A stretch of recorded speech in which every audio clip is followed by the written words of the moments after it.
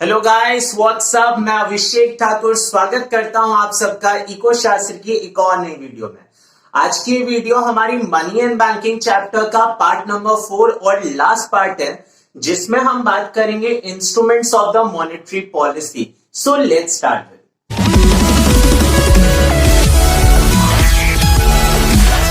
तो करते हैं आज की क्लास स्टार्ट बिना किसी बकवास। तो यहां पर आज की क्लास में मैं आपको बताने वाला हूं about the instruments of the monetary policy. और अगर आपने हमारे फर्स्ट 3 पार्ट्स को छोड़ दिया है तो कोई प्रॉब्लम नहीं है, डिस्क्रिप्शन बॉक्स में मैंने हर वीडियो की लिंक दी हुई है, तो आप वहां से हर वीडियो देख सकते हैं। चलिए तो स्टार्ट करते हैं विद द मॉनेटरी पॉलिसी। पहला सवाल जो आपके मन में आता है कि मॉनेटरी पॉलिसी होता क्या है। आपने मेरी प्रीवियस वीडियोस में भी नाम सुना होगा अबाउट द मॉनेटरी पॉलिसी। नाम से ही पता लग रहा है मनी से रिलेटेड जो पॉलिसी होती है that is known as the monetary policy. और अगर हम उसे एक्सटेंडेड पार्ट में सिंप्लीफाई करने की कोशिश करें तो मैंने लिखा it is the policy of the central bank. Central bank is the apex bank of the country. In case of India Reserve Bank of India. तो रिजर्व बैंक ऑफ इंडिया जो पॉलिसीज बनाती है वो मॉनेटरी पॉलिसी है। किससे related होगा? Related to money supply and interest rate. तो ध्यान दीजिएगा, जहां पर हम 2 चीजों पर फोकस करते हैं। सबसे पहले मनी की सप्लाई कितनी होनी चाहिए, and the second one is the interest rate, जिसे आप क्रेडिट कंट्रोल बोल सकते हैं। तो इंटरेस्ट रेट जिससे आप ये डिसाइड करेंगे कि क्रेडिट पर कितना कंट्रोल लगाना है। पर ये किस पर्पस से किया जाता है? तो मैंने आगे लिखा it focuses on the price stability.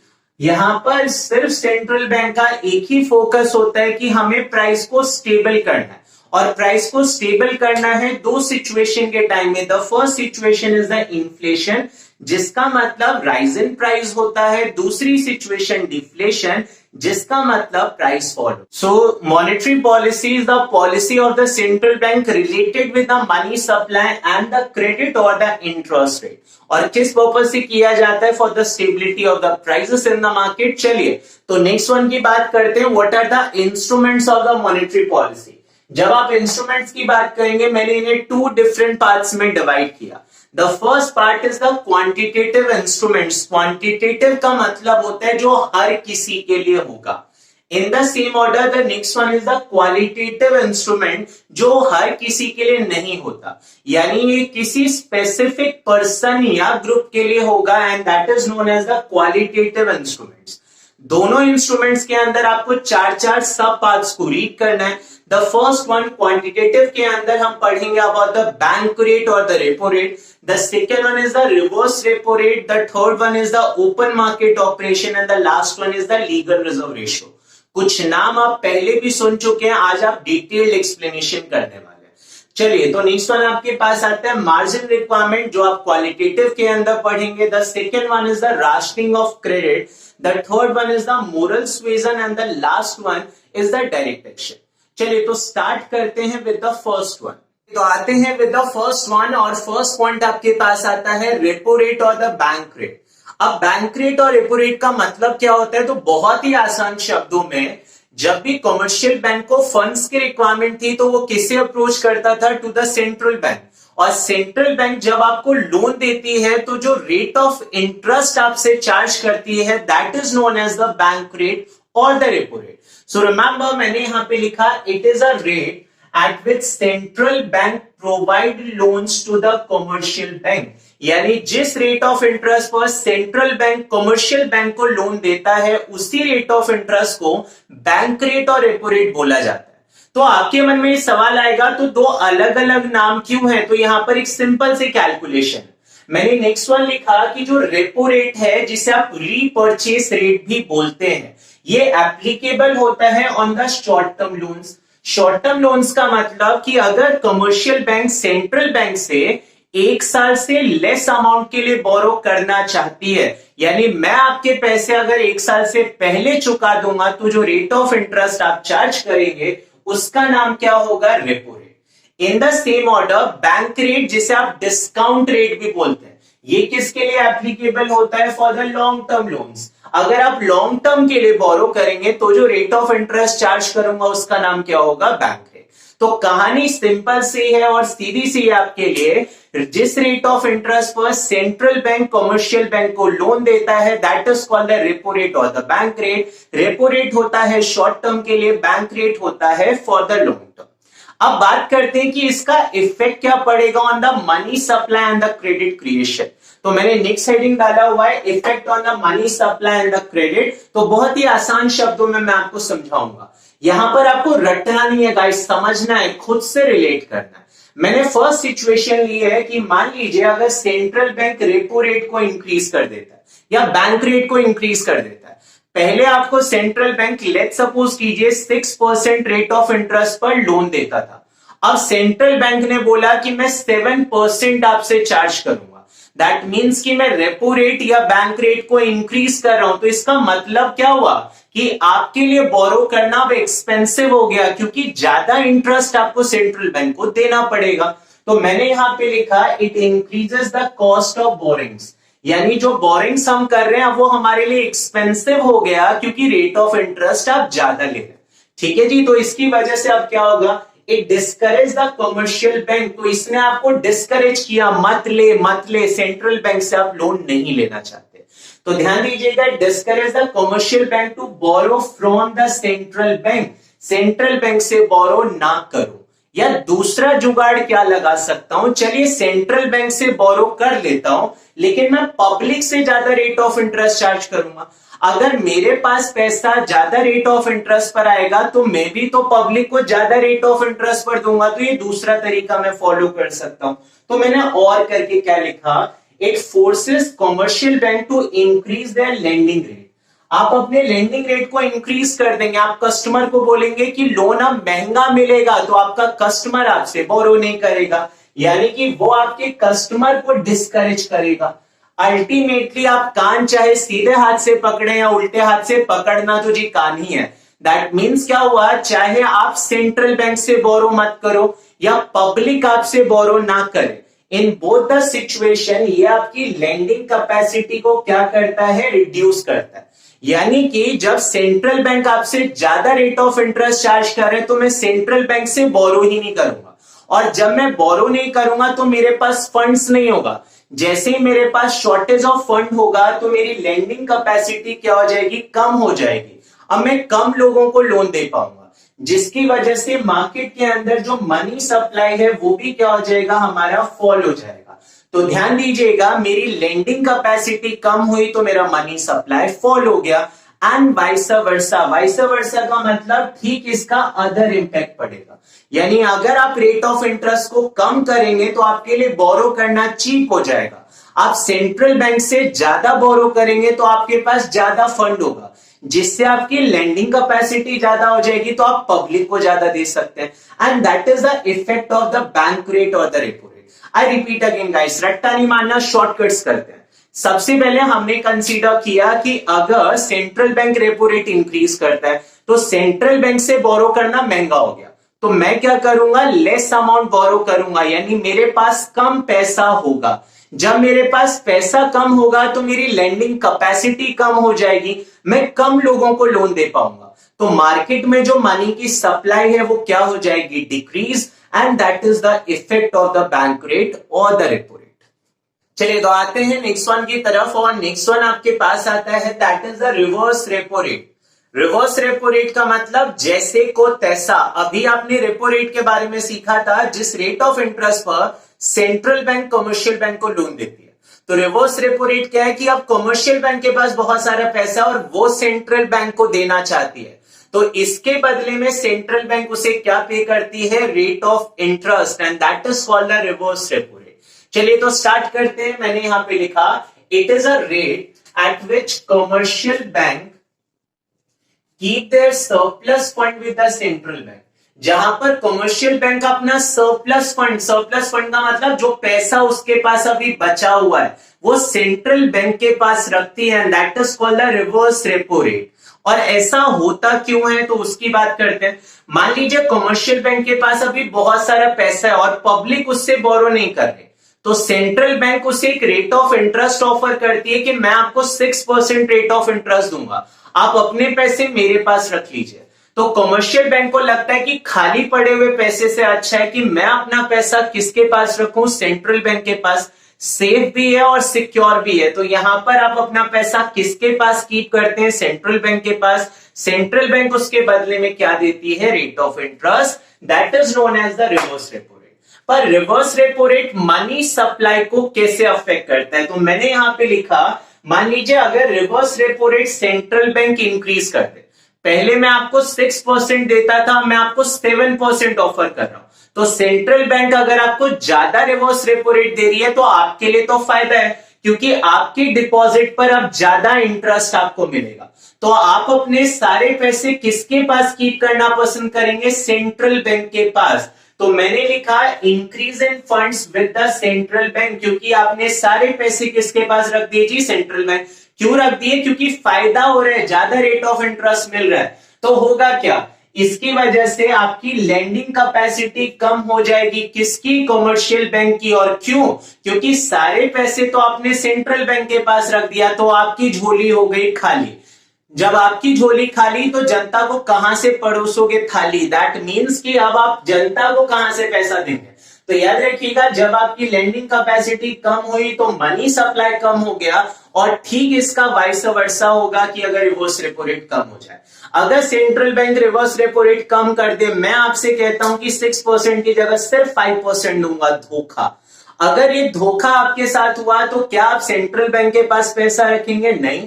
तो आपकी लैंडिंग कैपेसिटी क्या हो जाएगी, इंक्रीज, और आप जनता को ज्यादा से ज्यादा पैसे दे पाएंगे, तो मनी सप्लाई क्या हो जाएगा, increase. That is the reverse repo rate. एक यहां पर क्रूशियल चीज आपको बताता हूं, समटाइम्स एग्जामिनर आपसे पूछता है कि रिवर्स रेपो रेट कौन डिसाइड करता है। तो आपके मन में ये चलता है कि मैंने अपना पैसा रखा सेंट्रल बैंक के पास, तो मैं डिसाइड करूंगा किस रेट ऑफ इंटरेस्ट पे, नहीं। याद रखिएगा, रिवर्स रेपो रेट का डिसीजन भी सेंट्रल बैंक का ही होता है। आते हैं थर्ड पॉइंट की तरफ, and that is the most important point, जिसका नाम है open market operation. Open market operation, अब आपको खुले में ऑपरेशन नहीं करना, कहीं आप डॉक्टर बन जाएं जी। तो करना क्या ओपन मार्केट ऑपरेशन, इसका एक सिंपल सा मतलब है, आपने bankers to the government function पढ़ा था, जहां पर अगर गवर्नमेंट को कभी फंड्स की रिक्वायरमेंट होती है तो सेंट्रल बैंक उसके लिए नोट इश्यू करता है, और उसके बदले में सेंट्रल बैंक गवर्नमेंट से क्या मांगता है, securities. Securities is a piece of paper, that is a guarantee paper, कि मैं गवर्नमेंट ऑफ इंडिया, मैंने सेंट्रल बैंक से इतना लोन लिया हुआ है और मैं इतने टाइम के बाद वो पैसे चुका दूंगा। तो ध्यान दीजिएगा, उस पीस ऑफ पेपर से सेंट्रल बैंक क्या करता है वो मैं आपको समझाता हूं, and that is known as the open market operation. Definition पर आते, मैंने लिखा इट मींस सेल और परचेज, कुछ भी कर सकते हैं आप, सेल भी कर सकते हैं आप, परचेज भी कर सकते हैं। क्या करने वाले हैं, of government securities by the central bank, और किसको करने वाले हैं, टू और फ्रॉम द कमर्शियल बैंक और public. I repeat again, it means sale और purchase of government securities by the central bank to और फ्रॉम द कमर्शियल बैंक और पब्लिक। तो जहां पर सेंट्रल बैंक गवर्नमेंट की सिक्योरिटीज को बेचता है या कुछ टाइम के बाद खरीद लेता है, किससे, कमर्शियल बैंक या पब्लिक से, that is the open market operation. तो मैं गवर्नमेंट की सिक्योरिटीज आपको सेल कर रहा हूं और आपको उसे खरीदना पड़ेगा। दो पॉइंट से समझाता हूं कि ये कैसे लैंडिंग कैपेसिटी को चेंज करता है। तो द फर्स्ट वन मैंने लिखा sale of security. Central bank मान लीजिए कमर्शियल बैंक को सिक्योरिटी सेल कर रहा है, तो कमर्शियल बैंक को वो सिक्योरिटी खरीदनी पड़ेगी। क्यों, क्योंकि सेंट्रल बैंक ने बोला जी खरीदना तो पड़ेगा, बड़े भैया बोल रहे हैं तो आप कैसे मना करेंगे। तो याद रखिएगा, जब आप खरीदोगे तो कमर्शियल बैंक अब क्या करेगा, पे करेगा, किसको, सेंट्रल बैंक को। जब आपने सिक्योरिटी खरीदा तो आप पे करेंगे सेंट्रल बैंक को, तो आपके पास फंड्स क्या हो जाएंगे, कम हो जाएंगे। जब आपके पास फंड्स कम हो गए तो आपकी लैंडिंग कैपेसिटी क्या हो जाएगी, कम। जब आपकी झोली खाली तो जनता की जेब भी खाली, दैट मीन्स कि यहां पर मनी सप्लाई मार्केट में क्या हो जाएगा, डिक्रीज हो जाएगा। So I repeat again, central bank अगर सिक्योरिटी सेल करता है कमर्शियल बैंक को, तो कमर्शियल बैंक उसे परचेज करता है, और जब वो परचेज करेगा तो उसके पास पैसे हो जाएंगे कम। जब उसकी जेब खाली तो जनता की जेब खाली, तो अल्टीमेटली मार्केट में मनी सप्लाई क्या हो गया, डिक्रीज। ठीक इसका रिवर्स है। मान लीजिए कुछ टाइम के बाद सेंट्रल बैंक उसी सिक्योरिटी को परचेज कर लेता है। अब अगर सेंट्रल बैंक आपसे सिक्योरिटी परचेज कर रहा है तो अब सेंट्रल बैंक की रिस्पॉन्सिबिलिटी बनती है कि आपको पे करेगा। तो इस बार सेंट्रल बैंक ने पे किया किसको? कमर्शियल बैंक को। और जब उसने पे किया तो कमर्शियल बैंक के पास पैसा आ गया। दैट मीन्स कि उसके पास फंड्स क्या हो गए? इंक्रीज हो गए। जब फंड्स इंक्रीज हो गए तो उसकी लैंडिंग कैपेसिटी क्या हो गई? इंक्रीज। और अल्टीमेटली मार्केट में मनी सप्लाई क्या हो गया? इंक्रीज। तो इस तरीके से सेंट्रल बैंक मनी सप्लाई और क्रेडिट को कंट्रोल करता है बाय द डिफरेंट इंस्ट्रूमेंट्स। आते हैं नेक्स्ट वन की तरफ, और नेक्स्ट वन आपके पास आता है legal reserve ratio, that is the LRR. आपने पहले भी इसके बारे में किया हुआ है कि commercial bank two functions perform करती थी। The first one accepting deposit and the second one is the advancing loan.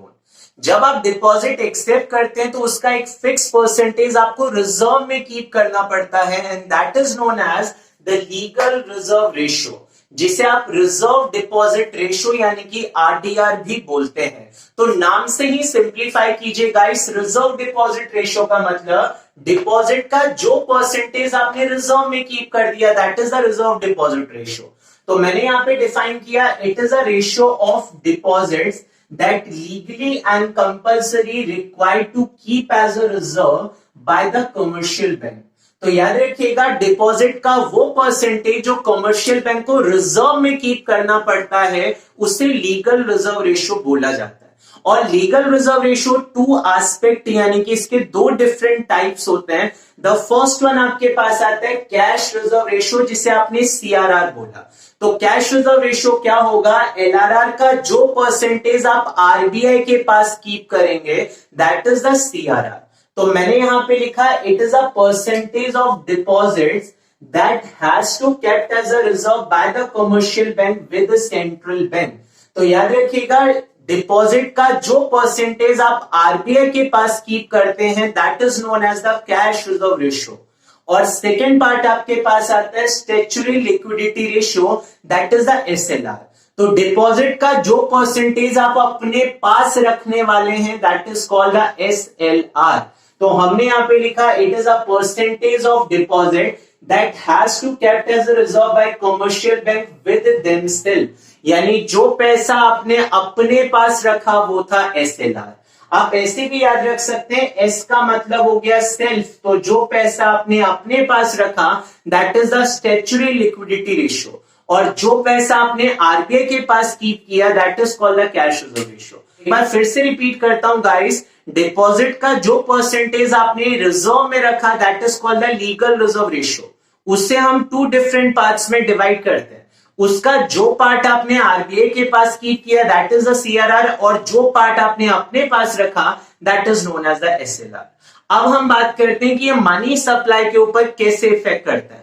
तो मैंने यहां पे लिखा कि अगर इंक्रीज इन एलआरआर हो जाए, अगर हम एलआरआर को इंक्रीज कर देंगे, इसका मतलब क्या हुआ कि कमर्शियल बैंक को ज्यादा पैसा किस में रखना पड़ेगा? रिजर्व में। तो मैंने लिखा इंक्रीज इन रिजर्व। अगर आप रिजर्व ज्यादा रखेंगे, इसका मतलब आप लेंड कम कर पाएंगे, तो आपकी लेंडिंग कैपेसिटी क्या हो जाएगी? डिक्रीज। जब आपकी जेब खाली तो जनता की जेब खाली, मार्केट में मनी सप्लाई क्या हो जाएगा? Decrease. And same vice versa. तो यहां पर आपने 4 क्वांटिटेटिव इंस्ट्रूमेंट्स के बारे में पढ़ा। नेक्स्ट स्लाइड में मैं आपको बताऊंगा क्वालिटेटिव इंस्ट्रूमेंट्स के बारे में।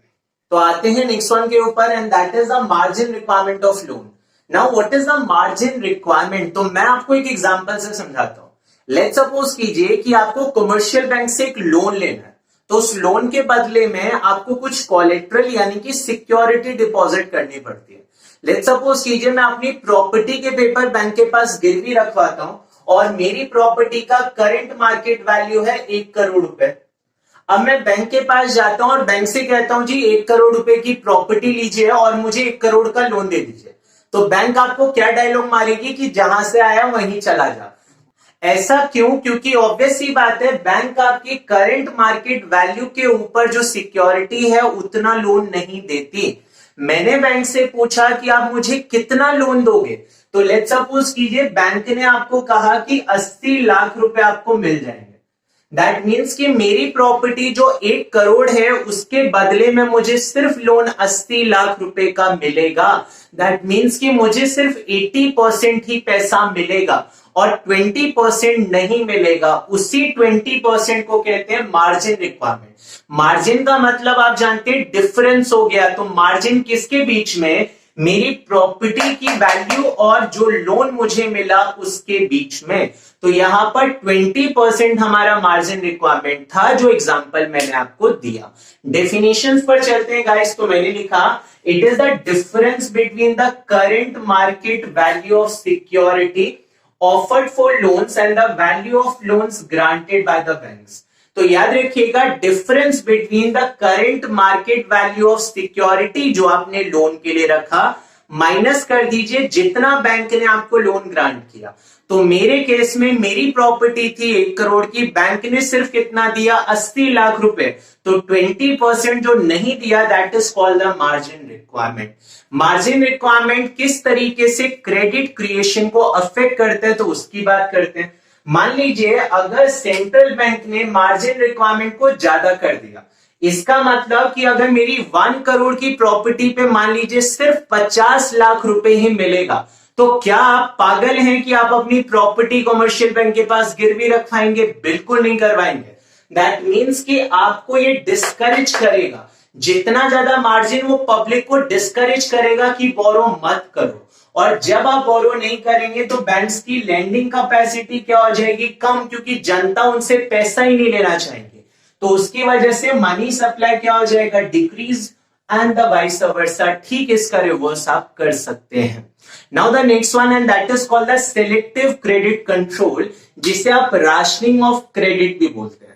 राशनिंग का मतलब होता है लिमिट सेट करना। किसकी लिमिट सेट करना है? क्रेडिट की।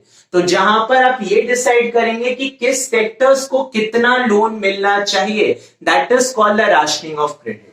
तो बहुत ही आसान शब्दों में मैंने लिखा, it refers to the fixation of credit quota for the different business activity. किस सेक्टर को कितना लोन मिलेगा, तो सेंट्रल बैंक ने कोटा डिसाइड किया और उसी के अकॉर्डिंग उतना ही लोन आपको मिल सकता है। तो मैंने यहां पे लिखा the commercial bank can not exceed the quota limit decided by the central bank. आपके पास इतनी पावर नहीं है कि आप सेंट्रल बैंक की लिमिट को क्रॉस कर जाएं, जितना उसने कहा है उतना ही आप लोन दे सकते हैं। और इसीलिए नेक्स्ट पार्ट में आपने लिखा it is known as the discriminating credit policy. Discriminating का मतलब सेंट्रल बैंक यहां पर भेदभाव करता है, और कैसे करता है? इन फेवर और अगेंस्ट ऑफ सर्टेन सेक्टर। किसी के लिए मैं बहुत अच्छा हूं तो किसी के लिए मैं बहुत बुरा हूं। जिसके लिए आप अच्छे हैं वो आपकी प्रायोरिटी सेक्टर्स है। सेंट्रल बैंक किसको लोन देना चाहती है? फार्मर्स को, स्मॉल स्केल इंडस्ट्रीज को, एक्सपोर्ट यूनिट्स को। तो इन सारे लोगों को आप एनकरेज करना चाहते हैं, ज्यादा से ज्यादा लोन देना चाहते हैं। So these sectors are known as the priority sector.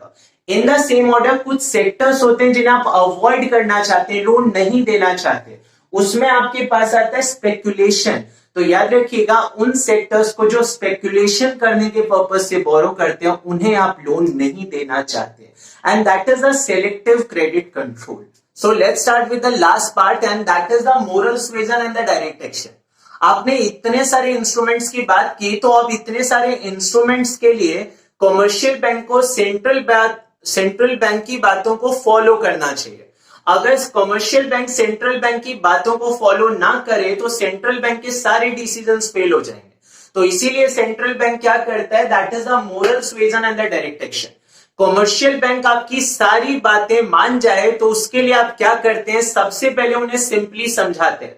आप एक फर्स्ट मीटिंग ऑर्गेनाइज करते हैं जिसमें आप कमर्शियल बैंक को समझाते हैं कि देश के भले के लिए आपको ये सब करना चाहिए।